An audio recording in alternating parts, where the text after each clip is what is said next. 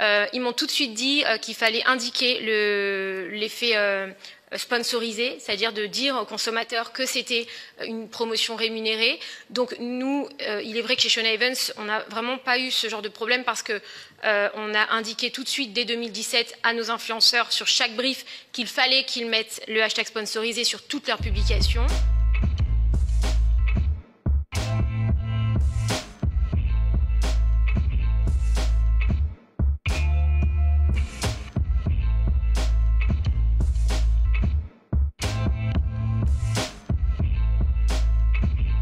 Estimez qu'à aujourd'hui il y a nécessité, c'est ce que vous Il y a urgence.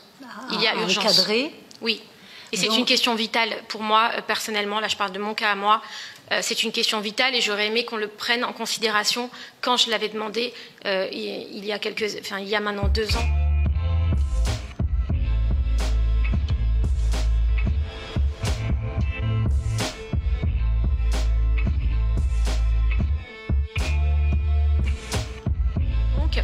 Je pense qu'il faut avoir des formations en continu et pas juste un certificat. Il faut vraiment encadrer les influenceurs en continu et leur apprendre et les alerter, les sensibiliser sur les nouvelles fraudes. Parce que c'est toujours, on a l'impression, après c'est ce que j'ai pu moi remarquer pendant ces 7 années d'expérience, c'est qu'en fait, c'est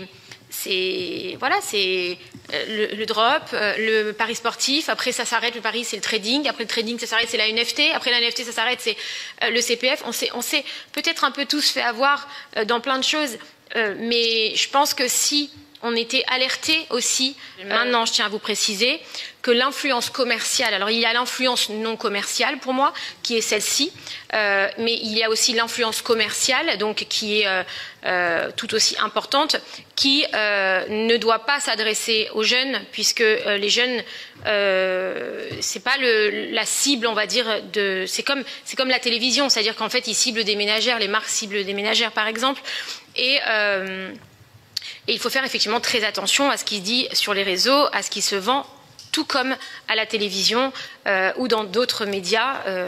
Parce qu'effectivement, maintenant, on a un outil, nous, qui est très bien, c'est que sur les réseaux sociaux, on arrive à voir la cible des influenceurs. C'est-à-dire que sur un influenceur, on arrive à savoir combien de pourcentage il a de moins de 18 ans, combien de pourcentage il a de 20 à 30 ans, de 30 à 40 ans. Donc on arrive à savoir. Donc un influenceur aujourd'hui commercial, entre guillemets, qui a 80% de jeunes en dessous de 18 ans, je dirais que c'est pas ce que recherchent les marques de toute manière. Et j'ai senti tout de suite que il y avait un peu du tout et du n'importe quoi, mais comme mon agence était connue et que entre guillemets moi aussi, c'était tout le temps mon nom qui ressortait partout. Donc je m'étais permise d'écrire à Bruno Le Maire en lui disant voilà, est-ce qu'on peut faire un rendez-vous parce qu'il y a des dérives, il faut mettre des règles en place, on a besoin d'être encadré, on a besoin de peut-être créer une association interprofessionnelle. J'avais tout listé par écrit.